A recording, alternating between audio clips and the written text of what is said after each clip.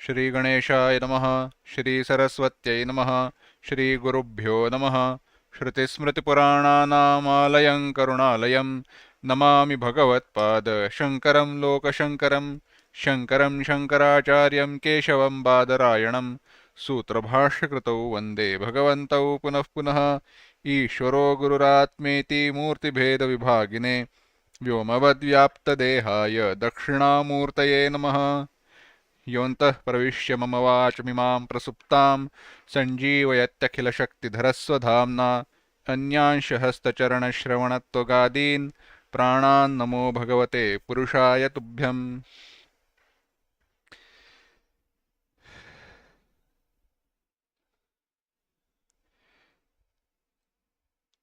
सर्ववेदान्तसिद्धान्तगोचरं तमगोचरं गोविन्दं परमानन्दं सद्गुरुं प्रणतोऽस्म्यहम्।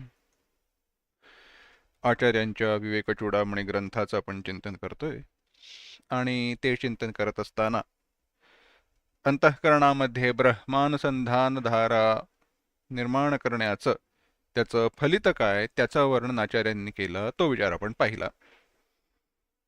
पुढचा विचार पाहण्यापूर्वी एकदा 265 आणि 266 या श्लोकांचं एकदा पठण करू.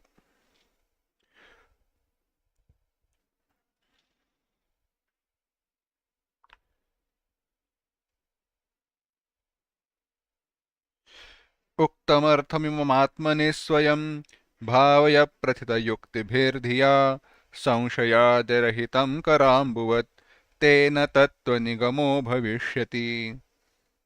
स्वम्बोधमात्रं परिशुद्धतत्त्वं विज्ञाय संघे नृपवच्च सैन्ये तदात्मनैवात्मनि सर्वदा स्थितः विलापय ब्रह्मणि दृश्यजातम्.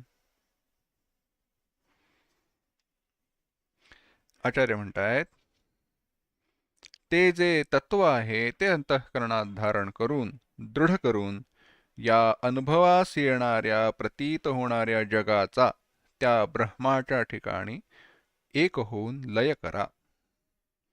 ब्रह्माच्या ठिकाणी त्याचा लय करा हे सांगितलं. ते सांगून ब्रह्मज्ञान प्राप्त झालं असता, ब्रह्मज्ञान झालं असता पुन्हा शरीर धारण करावं लागत नाही, याचं वर्णन आता आचार्य करणार आहेत. ब्रह्मज्ञानाच्या दृष्टीने ब्रह्माच्या ठिकाणी मन स्थिर करत असताना, या जगाचा लय करत असताना आपण पाहिलं की विपर्ययेण तु क्रमः, उलट्या क्रमाने जाऊन या प्रत्येक पदार्थाचा, प्रत्येक अनुभवास येणाऱ्या गोष्टीचा आपल्याला लय करायचा आहे. आणि तो करत असताना पंचमहाभूत उलट्या क्रमाने नेत जायचं. याच्यासाठी नित्य केलेला विवेक, आत्मा अनात्म विवेक हा आवश्यक आहे. एखाद्या पदार्थाचं, विषयाचं ज्ञान झाल्यानंतर तो विषय विषय म्हणून ज्ञात न होता त्याच्या कार्यकारण मीमांसेसह जर का ज्ञात झाला तर ती साधनेची पुढची पायरी आहे. लक्षात घ्या, भिन्न भिन्न साधनं आपल्याला शास्त्रांनी दिलेले आहेत. नामसाधन असेल, भजन असेल, भक्ती असेल, रूपासक्ती असेल, असंख्य आहेत. आणि प्रत्येक साधनाद्वारे, प्रत्येक मार्गाने आपल्याला त्या परब्रह्माच्या ठिकाणी मन लीन करण्यास सांगितलंय. परंतु वेदांतांनी सरळ साक्षात मार्ग सांगत असताना हे सांगितलं, एखादा विषय अनुभवास आला. आता विषय अनुभवास आला म्हटल्यावरती केवळ खाद्यपदार्थ नव्हे, सांगित नव्हे असं नाही, शब्द स्पर्श रूप रसगंध हेच डोक्यात आलं पाहिजे. त्यामुळे एखादी गोष्ट, एखादा विषय अनुभवास आल्यानंतर त्या ठिकाणी शब्दत्व, शब्दगुणकत्व, रूपगुणकत्व, स्पर्शगुणकत्व इत्यादींचा विचार करायचा. त्याच्या ठिकाणी कोणते गुण आहेत, शब्द आहे, स्पर्श आहे, रूप आहे, रस आहे, गंध आहे, कोणत्या प्रकारचा तो विषय आहे हे जाणून त्या गुणांनी युक्त असणारा तो विषय, मग त्याचं कारण असणारं ते पंचमहाभूत, त्या पंचमहाभूताचं कारण असणारं दुसरं पंचमहाभूत किंवा माया, अव्यक्ताचं कारण असणारं ब्रह्म, ही विचाराची धारा अंतःकरणात निर्माण करता आली पाहिजे. शरीराच्या सापेक्ष एखादा अंतःकरणात विचार निर्माण झाला असता तहान लागली आहे, भूक लागली आहे असं म्हटलं असता, ते प्राणाचे विषय आहेत, तो प्राणाचा भाग आहे. पंचप्राण कशापासून निर्माण झाले, तर पंचप्राण हे समष्टी राजसापासून निर्माण झाले. पंचीकृत पंचमहाभूतांच्या समष्टी रजोगुणापासून पंचप्राण निर्माण झाले. त्या त्या पंचमहाभूतांची काय आहे अवस्था, काय आहेत ते सुरू. आणि ह्या विचाराची पक्की सवय झाल्यानंतर हे अधिक सुलभ होतं, सहज शक्य होतं. अशा प्रकारे अंतःकरणामध्ये ब्रह्मज्ञान स्थिर झालं असता, ब्रह्मसाक्षात्कार प्राप्त झाला असता, पुन्हा शरीर धारण करावं लागत नाही. हे सांगताना आचार्य म्हणतायत 267वा श्लोक. बुद्धौ गुहायां सदसद्विलक्षणं ब्रह्मास्ति सत्यं परमद्वितीयं तदात्मना योऽत्र वसेद्गुहायां पुनर्न तस्यांगगुहा प्रवेशः. आचार्य म्हणतायत सदसद्विलक्षणम सत्यम. आतापर्यंत सवय झालीच आहे. सत असताहून विलक्षण असणारं जे सत्य आहे ते. अद्वितीयम जे अद्वितीय आहे. परम ब्रह्म जे परब्रह्म आहे ते. गुहायाम बुद्धौ अस्ति. बुद्धौ गुहायाम बुद्धिरूपी गुहेमध्ये आहे. अंग अरे शिष्या बाळा, तदात्मना यः अत्र गुहायां वसेत. तदात्मना त्याच्याशी एकरूप होऊन, त्याच्याशी गुहेशी नव्हे परब्रह्माशी एकरूप होऊन जो या गुहेमध्ये निवास करतो, तस्य पुन्हा गुहा प्रवेशः न. त्याचा पुन्हा गुहा प्रवेश होत नाही. म्हणजे काय? सोपं आहे. सदसताहून विलक्षण असणारं, सत्य असणारं, अद्वितीय असणारं जे परब्रह्म आहे ते या बुद्धिरूपी गुहेमध्ये आहे. आणि त्या परब्रह्माशी जो एकरूप होऊन त्या बुद्धिरूपी गुहेशी एकरूप होऊन जो या गुहेमध्ये निवास करतो, त्याला पुन्हा गुहेमध्ये म्हणजेच शरीररूपी गुहेमध्ये प्रवेश करावा लागत नाही, पुन्हा शरीर धारण करावं लागत नाही, त्याला पुन्हा जन्म राहत नाही, पुनर्जन्मास यावं लागत नाही.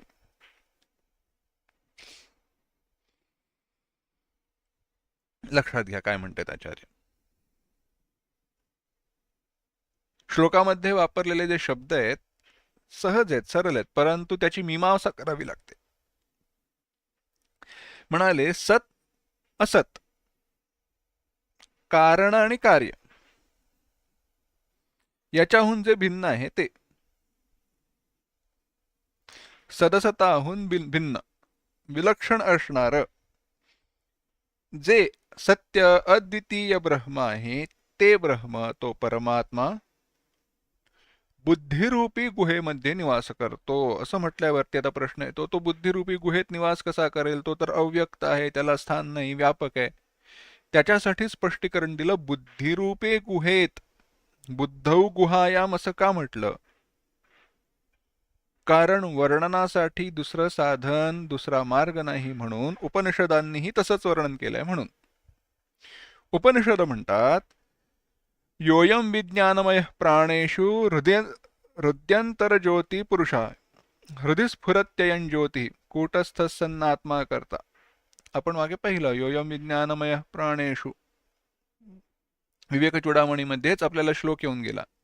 उपनिषदाने सांगितलं, बृहदारण्यकात सांगितलं, योयम विज्ञानमय प्राणेषु हृद्यंतर ज्योति पुरुषः अंतर्ज्योती.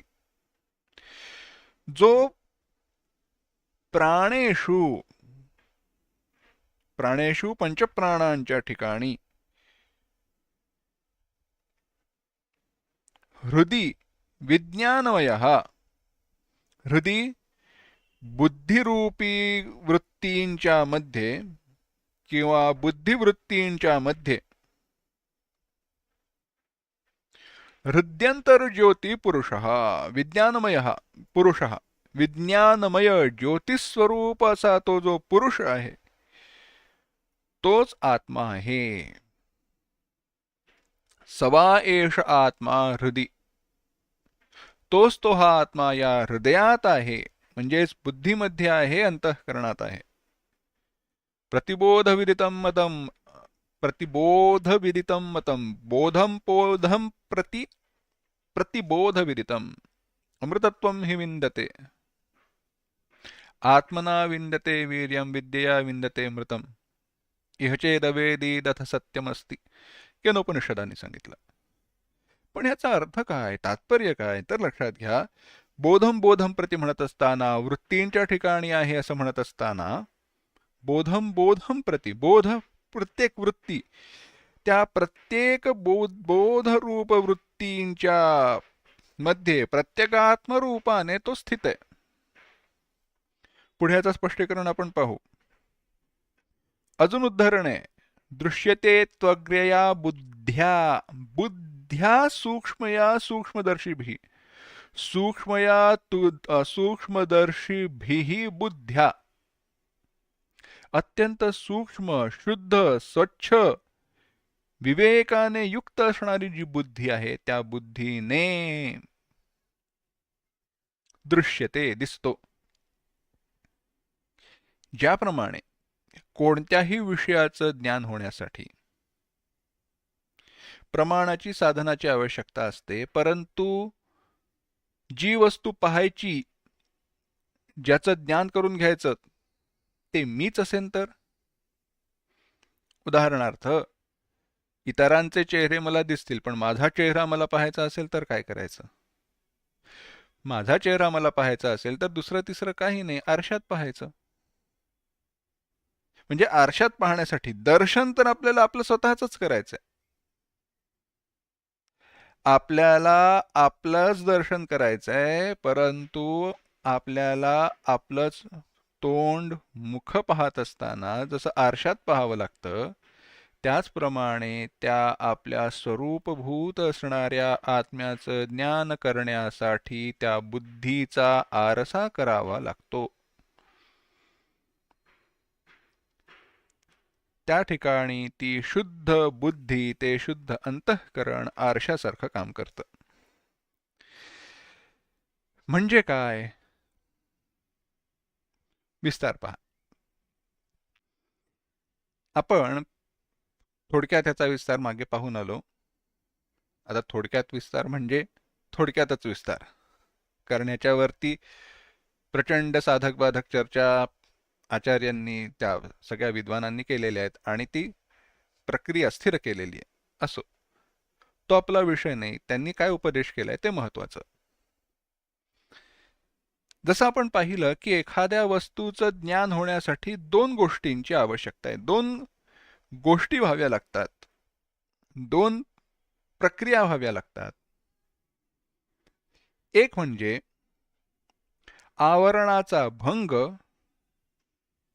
आणि ज्ञेयाचं प्रकाशन. जी वस्तू जाणायची आहे, ज्या वस्तूचं ज्ञान व्हायचं आहे, त्या वस्तूवरचं अज्ञानाचं आवरण दूर व्हावं लागतं आणि ती ज्ञेय वस्तू प्रकाशित व्हावी लागते. उदाहरणार्थ, आपण मागे पाहिलंय, माझ्या हातामध्ये जी वस्तू आहे त्या वस्तूचं जर का ज्ञान व्हायचं असेल तर दोन गोष्टी व्हाव्या लागतील. एक, ह्याच्यावरचं आवरण दूर व्हावं लागेल आणि या खोलीमध्ये प्रकाश असावा लागेल, ज्या प्रकाशाने ही वस्तू प्रकाशित व्हावी लागेल की त्यावेळेला मला ह्या वस्तूचं ज्ञान होईल.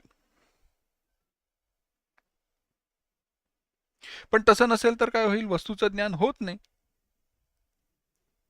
आता भ्रमामुळे त्या आत्म्याच्या ठिकाणी मी आवरण निर्माण केलंय खरं, पण ते आवरण दूर व्हायचं कसं?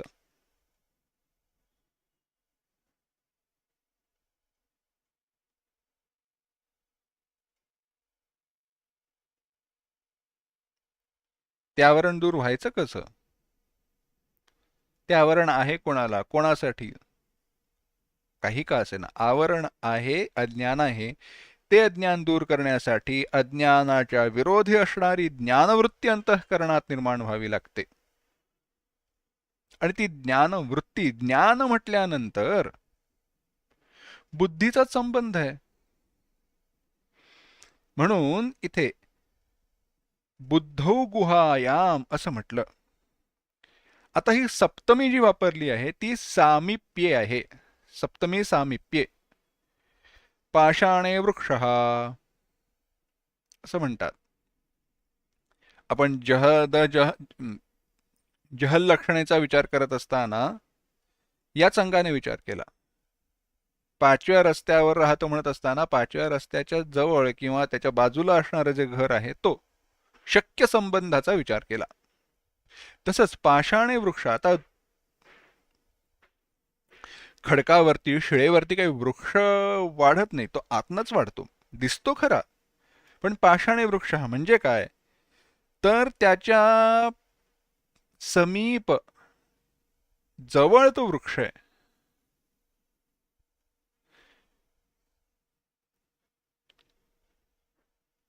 लक्षात घ्या. आपण कड्यावर म्हणतो. आता कडा ज्याला म्हणतो तो कडा तर उभा आहे आणि त्याच्या वरती कोण कसा असेल, शिडीवर चढतो. आता शिडीने वर चढतो का शिडी वर चढतो, काय म्हणायचं, काही म्हणायचं नाही. सामिप्य संबंध आहे हा लक्षात घ्यायचा. म्हणून पाषाणे वृक्ष हा हे शास्त्रांनी आपल्याला सांगितलेलं उदाहरण. त्यावरती म्हणजे काय, त्याच्या जवळ आहे, तिथे उभा राहिलाय. आता आपल्या बोलीभाषेमध्ये या सप्तमीचे अर्थ बदललेले असल्यामुळे प्रत्येक वेळेला तसं उदाहरण सापडेलच असं नाही. संस्कृतमध्ये ते आहे, ते त्यांनी दिलं. पाषाणे वृक्ष. त्याचप्रमाणे या बुद्धीच्या द्वारे बुद्धीच्या नजीक असणारा प्रत्येकात्म रूपाने असणारा तो परमात्मा, ते परब्रह्म, त्याचं ज्ञान होण्यासाठी ही बुद्धी आवश्यक आहे.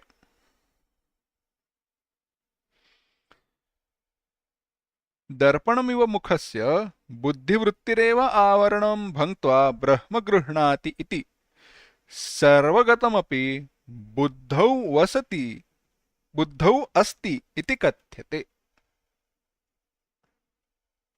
जे आपण सांगितलं त्याचा संक्षेपाने विचार हा एवढाच की जसा आपला चेहरा आहे, त्या आपल्या चेहऱ्यावरचं अज्ञान दूर करण्यासाठी, आपल्या चेहऱ्याचं आपल्याला असणारं अज्ञान दूर करण्यासाठी जसा आरसा आणावा लागतो, त्याचप्रमाणे तो परमात्मा व्यापक असून देखील त्याच्यावरती पडलेलं जे आवरण आहे, ते आवरण अज्ञानाचं, ते आवरण दूर करण्यासाठी बुद्धिवृत्तींची आवश्यकता आहे. त्याच्यासाठी ती बुद्धी आवश्यक आहे. म्हणून तो बुद्धीच्या नजीक आहे असं सांगितलं. कारण ते अज्ञान नाही, ते अज्ञानाचं आवरण आहे, ते त्या बुद्धीमध्येच आहे. तमोगुणात्मक बुद्धी. अज्ञानाचा संबंध कसा आला, बुद्धीच्या विरोधी, म्हणजे अज्ञान वृत्तीच आहे ना, बुद्धीमध्येच आहे. अशा प्रकारे तो बुद्धौ असती, आत परमात्मा सर्वत्र असूनही त्या बुद्धीच्या समीपे बुद्धिरूपी गुहेमध्ये स्थित आहे असं वर्णन करून सांगितलं. जरी आता बुद्धी म्हटलं, सूक्ष्म शरीर म्हटल्यानंतर मग प्रश्न येतो, 5 कोश आहेत, शरीर आहेत 3, अंतःकरण चतुष्टय 4 आहेत, मन बुद्धी चित्त अहंकार 4, 5 कोश, पंचप्राण. या सगळ्यांचा गुहापदाने जरी विचार करता येत असला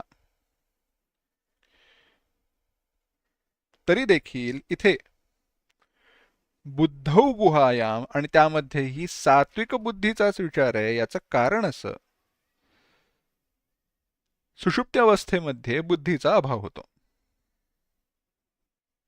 त्यामुळे त्या सुषुप्ती अवस्थेमध्ये बुद्धी ब्रह्मज्ञान संभवत नाही. मनोमय आदी जे सर्व कोश आहेत ते बुद्धीच्या संबंधानेच आहेत. कारण आपण विचार केला होता, हे कोश कसे आहेत, ते काही प्रत्यक्ष अशी वस्तू नाही कोशासारखी, त्या संबंधाने अंतःकरणात निर्माण झालेली वृत्ती हा तो कोश आहे. पंचप्राणांच्या सापेक्ष तादात्म्याने निर्माण झालेली वृत्ती हा पंचप्राणरूपी कोश आहे, प्राणमय कोश आहे. मनाशी तादात्म्य पाहून अंतःकरणात निर्माण झालेली वृत्ती ही तादात्म्य म्हणजे हा मनोमय कोश आहे. या प्रकारे वृत्तींच्या रूपानेच आपण त्या कोशांचा विचार केला. वृत्तीरूप आहेत सर्व कोश. म्हणजेच त्यांचा संबंध कशाशी आहे? बुद्धीशी आहे. आनंदमय कोशाचा विचार विवेचन देखील प्रियादी वृत्तीसहितम आपण म्हटलं. प्रियवृत्ती, प्रमोद वृत्ती, प्रिय मोद प्रमोद, हा प्रिय वृत्ती, मोद वृत्ती, प्रमोद वृत्ती, वृत्तींचा संबंध आहे. त्यामुळे वृत्तींचा संबंध असल्याशिवाय त्या आनंदमयाचं देखील ज्ञान होऊ शकत नाही, भान होऊ शकत नाही. आनंदमय कोशाचा संबंध देखील बुद्धीच्या शिवाय आपल्याला जोडता येत नाही, ते विवेचन करता येत नाही. म्हणून सत्वप्रधान बुद्धीचाच इथे विचार सांगितला. बुद्धिद्वारक संबंधात मनोमयादीनाम आनंदमय कोशे बुद्धीनाम विना विवेक्तुमशक्यत्वात् प्राधान्येन सत्वप्रधान बुद्धौ एव स्थितिः इति उक्तम इति बोध्यम. त्यामुळे सत्वप्रधान बुद्धीमध्ये, त्या सत्वप्रधान बुद्धिरूपी गुहेमध्ये तो राहतो. म्हणजे भेटायला जायचं असेल तर त्या सत्वप्रधान बुद्धिरूपी गुहेत जायचं असत. तात्पर्य काय? त्याद्वारे त्याचं ज्ञान होतं. आणि त्या सत्वप्रधान बुद्धीमध्ये असणाऱ्या त्या परमात्म्याशी जो एक रूप होतो, त्याच्याशी तन्मय होऊन निवास करतो. आता त्याचं तादात्म्य म्हणजेच ज्याचं तादात्म्य त्या परमात्म्याशी झालंय आणि उपाधींशी नाही, ब्रह्माशी एकरूप झालाय, ब्रह्माच्या ज्या उपाधी आहेत, बुद्धी असेल, मन असेल, पंचकोश असतील, त्याच्याशी राहिलेला नाही, तो पुन्हा देहरूपी गुहेमध्ये प्रवेश करत नाही. म्हणून आचार्य म्हणतात, अंग, अरे बाळा, शिष्या, ज्याने त्या परब्रह्माचा साक्षात्कार केलाय, त्याच्याशी जो एक झालाय, तो पुन्हा शरीराशी तादात्म्य अभिमान न राहिल्याने पुन्हा या स्थूल शरीरामध्ये प्रवेश करत नाही, पुन्हा जन्म घेत नाही. नस पुनरावर्तते इहैव सर्वे प्रविलीयन्ति प्राणाः, उपनिषदांनी सांगितलं. लक्षात घ्या, कर्माचा संबंध हा देहाशी आणि जीवत्वाशी आहे. त्यामुळे पुन्हा जन्म घ्यावा लागतो. जन्म घ्यावा लागे वासनेच्या संगे, हे आपल्याला प्रसिद्ध माहीतच आहे. आता तो संबंधच नष्ट झाल्यानंतर किमिच्छन कस्य कामाय शरीरमनुसंचरेत, कोणत्या इच्छेने, हेतूने तो जन्म घेईल किंवा त्याला जन्म प्राप्त होईल? होत नाही.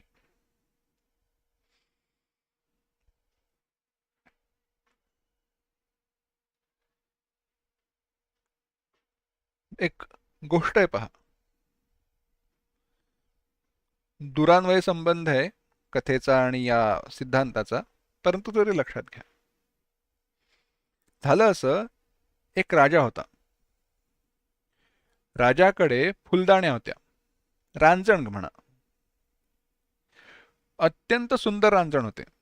10 रांजण होते. आणि राजाचा नियम होता, राजाचा आदेश होता, याच्यातील एकही रांजण फुटता कामा नये. ज्याचा रांजण फुटेल, ज्याच्या हातून रांजण फुटेल, त्याला देहदंडाची शिक्षा दिली जाईल, त्याला मृत्यूदंड दिला जाईल. त्यामुळे ते रांजण साफ करत असताना, स्वच्छ करत असताना लोक भीत असत, कापत असत, टाळत असत. दुर्दैवाने असंच झालं. एक नोकर होता, सेवक होता. रांजण स्वच्छ करत असताना त्याच्या हातून तो फुटला, हे राजाला कळलं आणि राजाने त्याला मृत्यूदंडाची शिक्षा सुनावली.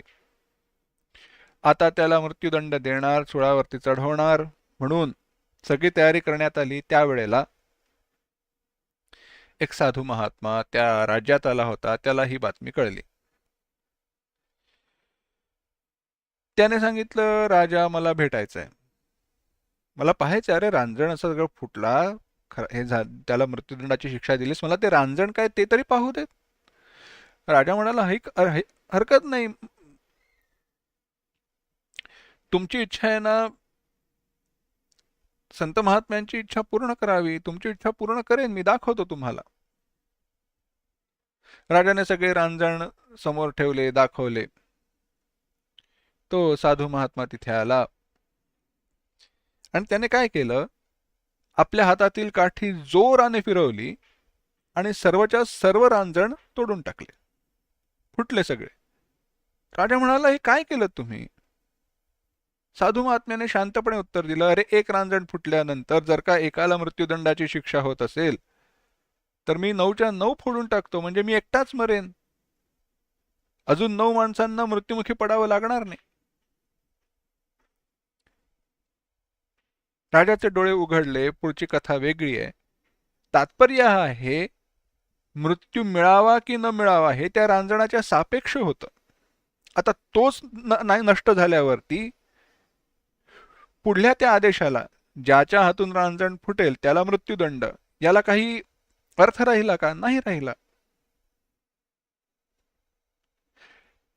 कार्याला प्रवृत्त करणारं, कार्याचं जे कारण आहे ते कारणच नष्ट झालं, ती अविद्याच नष्ट झाली. देहाशी असणारं, त्या कर्मांशी असणारं तादात्म्य, ते जीवत्वच नष्ट झालं. ते नष्ट झाल्यावरती मग आता जन्म कोणाचा आणि कोणासाठी? जन्म राहत नाही. तो पुन्हा जन्मा येत नाही हे सांगत असताना त्याला जन्म राहत नाही आणि तो स्वतःहून देखील जन्म घेत नाही. कारण किमिच्छन, कोणत्या इच्छेने,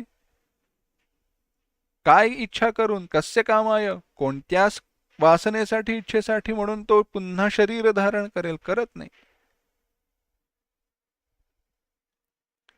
यस्य तु सर्वम आत्मैवाभूत तं केन कं पश्येत कं जिघ्रेत. ज्याच्यासाठी सर्वच आत्मा झालेला आहे तो कशासाठी काय पाहिल, कोणाला पाहिल? पाहत नाही. नस पुनरावर्तते, तो पुन्हा जन्मास येत नाही. पण कोण?